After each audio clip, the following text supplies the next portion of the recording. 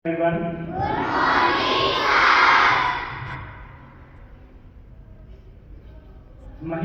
पुरुषों से किसी काम में कम नहीं, और ये आज की बात नहीं है। ये हमारे इतिहास में ऐसी अनेक घटनाएं हैं जो सिद्ध करती हैं कि लड़कियों ने, औरतों ने, महिलाओं ने बढ़ चढ़कर भाग लिया हर एक्टिविटीज में, यहां तक कि युद्धों में भी भाग लिया। और इसकी एक जीती जागती मिसाल आपने पढ़ी थी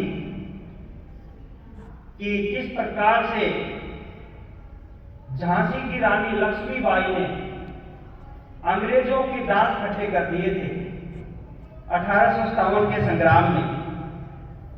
ऐसी ही झांसी की एक और रानी थी जिसको हम, एक और महिला थी जिसको हम झांसी की रानी का दूसरा रूप मानते हैं, और आपने सुना होगा, एक नाम है झलकारी बाई। झलकारी बाई का नाम आपने सुना होगा।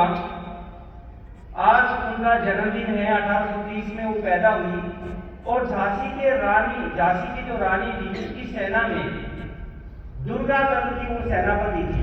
महिला जो एक विंग थी, महिलाओं की भी सेना में भर्ती होती थी, और झांसी की रानी ने बहादुर महिलाओं को अपनी सेना में भर्ती कर रखा था। उसी सेना की सेनापति थी वो झलकारी बाई।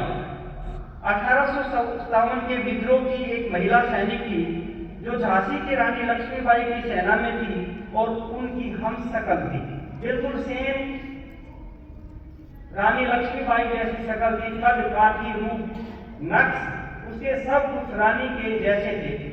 इसलिए कई बार लोग उसको गलती से झांसी की रानी समझ बैठते थे। उन्होंने रानी के वेश में अंग्रेजों को धोखा देने के लिए एक युद्ध लड़ा था, जिससे रानी लक्ष्मीबाई को किले से सुरक्षित बाहर निकलने का मौका मिल गया था। ये झांसी के बिल्कुल पास ही एक गांव है कोरी, वहां पर ये पैदा हुई थी, और कम उम्र में ही इन्होंने घुड़सवारी और हथियार चलाना सीख लिया था। वह झांसी की रानी लक्ष्मीबाई की एक विश्वसनीय सलाहकार और उनकी सेना की दुर्गा दल की सेनापति थी। उनका चेहरा लक्ष्मीबाई से काफी मिलता जुलता था।